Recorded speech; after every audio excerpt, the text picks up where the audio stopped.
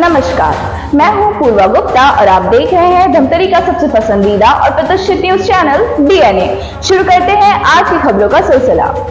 धमतरी शहर के नमोकार ट्यूटोरियल्स द्वारा एक दिवसीय निःशुल्क सेमिनार का आयोजन छात्र छात्राओं के लिए किया गया।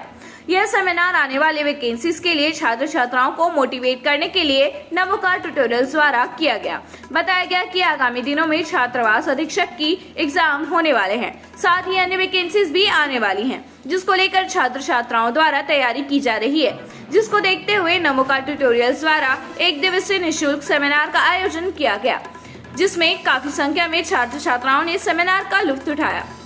बताया गया कि नमोकार ट्यूटोरियल्स में सीजीपीएससी, एसएससी और सीजी व्यापम एवं अन्य परीक्षाओं को लेकर कोचिंग के माध्यम से एवं हर महीने सेमिनार कर छात्र छात्राओं को पढ़ाई के बारे में कहां से पढ़ना चाहिए, इन सभी जानकारी के लिए एक दिवसीय निःशुल्क सेमिनार का आयोजन किया गया। ठीक है, बहुत ही मुश्किल है उसमें नहीं। आपको अगर किसी एग्जाम का फोकस करना है तो आप उसी को ज़्यादा कंसंट्रेट करेंगे। हाँ, सिलेबस मिलता जुलता है तो उसमें आप दिला सकते हैं कुछ सिलेबस, जैसे 70-80% वालों में। उसके बाद कुछ एग्जाम है तो वहाँ पर आप स्विच करके उसको भी कर सकते हैं, लेकिन अलग अलग सिलेबस है। देखो, मेंस पूरा सब्जेक्टिव होता है, मतलब बीएससी सब्जेक्टिव। किसी का गर्ल्स रहेगी, बॉयज की बॉयज रहेगी। कितना सीट है गर्ल्स के लिए? 150 होगा, उसमें आरक्षण उसका फॉलो होगा। ठीक है ना। चलो, जनरल और ओबीसी के लिए आप मान लो कितना सीट आ गया? 70 सीट आ गया, 50% भी।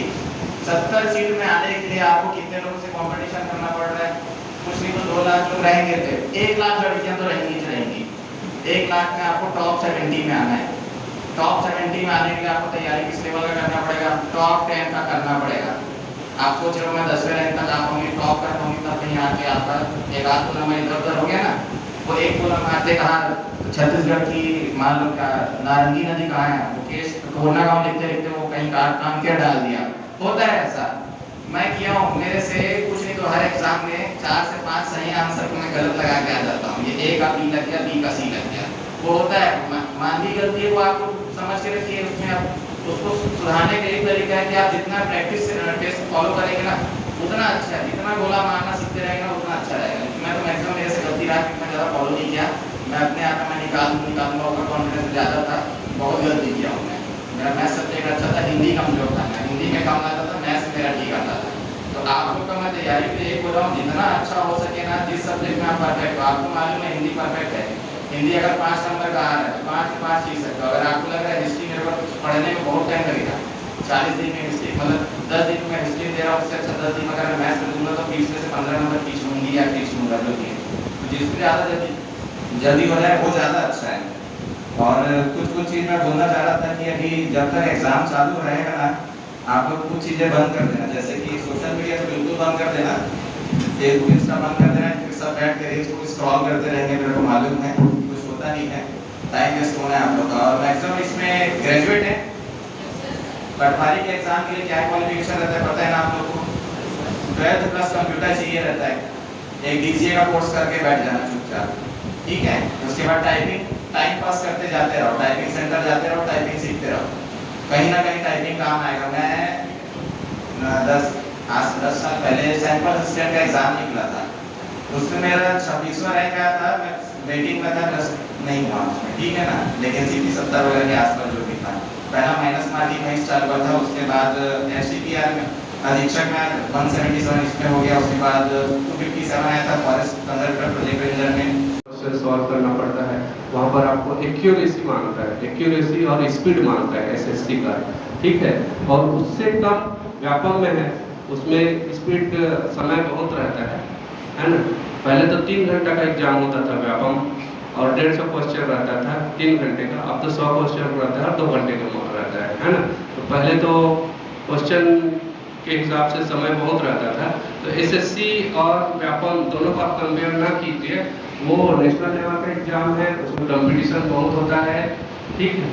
तो अगर आप दोनों साथ में करेंगे तो ऐसा नहीं हो पाएगा, ठीक है। अगर आप किसी पीएससी को फोकस कर रहे हैं तो हमारी शुभकामना आपके साथ है, लेकिन बिल्कुल आप उनको समय दीजिए और वैसे आपको मेहनत कीजिए, बुक्स पढ़ने का आदत डालिए, ठीक है, नोट्स बनाने का आप अपना आदत डालेंगे, ठीक है। खुद के नोट्स जब लास्ट रिवीजन करोगे ना, तो आप एक सब्जेक्ट का जो आप 200 पेज का नोट्स बनाओगे, तो उसको आप अपने कॉपी से, अपने नोट्स से रिवीजन करोगे तो 3 से 4 घंटे का रिवीजन हो जाएगा आपका पूरा, अगर आप लिखे, खुद लिखे तो, है ना।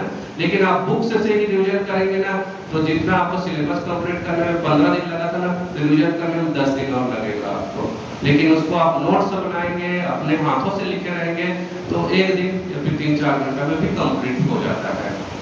सर, और उसको बिना कोचिंग के कैसे करें?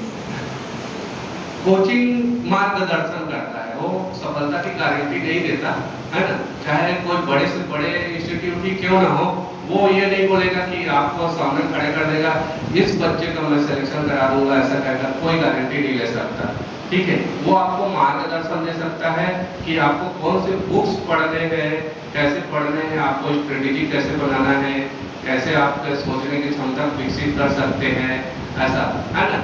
अगर आप कोचिंग ज्वाइन करते हैं तो एक सुविधा तो मिल जाता है, एक प्लस पॉइंट आपके लाइफ में आ जाता है, ठीक है। लेकिन आप कोचिंग नहीं करते, कोचिंग नहीं करने वाले का नहीं होता, ऐसा नहीं है, ठीक है। कोचिंग नहीं करने वाले भी है, करते हैं, आप लोग उनका इंटरव्यू देखते हैं, पढ़ते हैं, बताते हैं लोग, है ना, कि हमने कहीं से लिखे, सेल्फ स्टडी किए है, ऐसे कहकर, ठीक है। तो लेकिन एक प्लस पॉइंट होता है, कोचिंग से एक प्लस पॉइंट होता है। आप अगर सेल्फ स्टडी करना चाहते हैं तो आपको बिल्कुल समाज से, रिश्तेदारी सबसे दूर होके, आपको एक रूम में बंद होके, आपको रिसोर्सेस रख के, सभी प्रकार के रिसोर्सेस रख के, व्यवधान को दूर करके, ये सब को आप सिर्फ एक फोकस करके पढ़ेंगे तो सेल्फ स्टडी से भी पॉसिबल है, और करते रहे सभी परीक्षार्थी करते रहे हैं सेल्फ स्टडी से। लेकिन आपके पास रिसोर्सेस है, साधन है, तो मेरा सजेशन रहेगा कि आप मार्गदर्शन बिल्कुल लें। मार्गदर्शन चाहे कोई भी इंस्टीट्यूट हो सकता है, वहाँ से बिल्कुल मार्गदर्शन लें।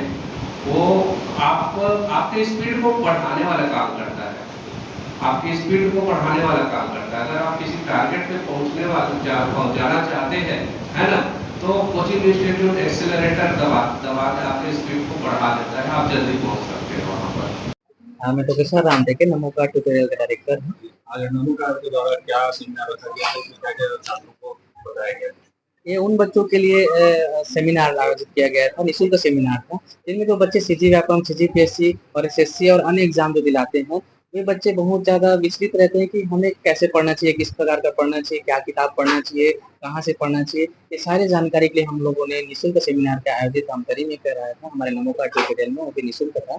और साथ में हम लोग मुख्य अतिथि बुलाए थे जो खुद ही सरकारी नौकरी पर चयनित थे, उन्होंने सहयोग किया और अभी जो आगामी पेपर होने वाले छात्रा और शिक्षक भर्ती परीक्षा, उसके बारे में उन्होंने पूरी जानकारी दी और अच्छे से डाउटफुल के लिए क्या-क्या क्वेश्चन सामने आए? जैसे डाउटफुल में बहुत सारा जो इम्पोर्टेंट जो है ओएमआर शीट को किस तरीके से भरा जाता है, ये सबसे महत्वपूर्ण जानकारी था, क्योंकि बच्चे को सब पता रहता है, लेकिन जिसमें 4 ऑप्शन होता है ए, बी, सी, डी। जैसे एग्जांपल के लिए अगर सी ऑप्शन सही है तो उन्होंने हड़बड़ी में डी ऑप्शन लगा लेते हैं। तो ये जो ओएमआर शीट भरना है उसके बारे में बताया गया और अन्य बारे में भी जानकारी दिया गया, किस तरीके से पढ़ना चाहिए, किस बुक को प्रेफरेंस करना चाहिए और किस तरीके से हमको याद रखना चाहिए, सारे चीज़ के बारे में। जो मुख्य अतिथि आए हुए थे हमारे मिस्टर मोहित सोनकर सर जी, मिस्टर लीलास साहू सर जी और भूपेंद्र वर्मा सर जी, ये सारे मुख्य अतिथि जो आए थे उन्होंने अच्छे से उनको बताया। हम लोग को अच्छा एक मोटिवेशन मिला है, मार्गदर्शन मिला है, ताकि आगे हम अपना प्रिपरेशन जारी रख रहे हैं वो हम आगे तक कैसे रख सकें उसको कंटिन्यू। और जो भी हम लोग का जो भी प्रॉब्लम है, जो भी डिस्कशन है, हम लोग सर से कर सके हैं और अच्छा ही रहा मेरा एक्सपीरियंस। जैसे कई चीजें डाउटफुल रहते हैं, उसको क्लियर करने के लिए क्या-क्या समझाइश के लिए सर वही मतलब किस तरह से हमको स्टडी करना है, किस तरह से अपना मेंटल बैलेंस बना के रखना है, किस तरह से अपने आप को मोटिवेट करके रखना है, ये सब हम लोग को सर से सीखने मिला। कई बार देखा जाता है कि परीक्षाएं एकदम पास होती है और फिर टेंशन जो है बढ़ जाती है, उसको किस प्रकार से दूर रखना है, ऐसे भी बताएंगे? इसके लिए वही मोटिवेशन, अपने आप को मोटिवेट रखना है, जो भी चीज आगे आ रही परेशानियां उसको इग्नोर करके चलना है, ये सब बताएंगे हम लोग को। हाँ, इस सेमिनार से मेरे को अच्छा मतलब मेरा माइंड क्लियर हुआ इससे। मेरा नाम योगेश्वर कुमार यादव है, मैं जिला कांकेर का रहने वाला हूँ। मैं यहाँ धमतरी में कोचिंग के लिए आया हूँ।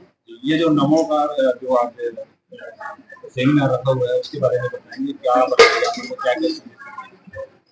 यहाँ से हमने बहुत कुछ सीखा, यूपीएससी, व्यापम व्यापम और बाकी परीक्षाओं के बारे में बहुत सारी जानकारी दी, जिससे हमें आगे की नौकरी में करने में थोड़ा सा दिक्कत हो रहा है ना, उससे हमको माइंड क्लियर होगा और एग्जाम में डाउट क्लियर हो जाएगा और हमें अच्छा एग्जाम देने में तैयारी अच्छा से होगा।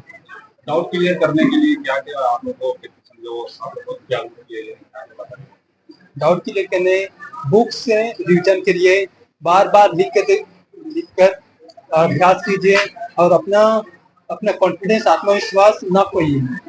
के बारे में सारी जानकारी दिए सर।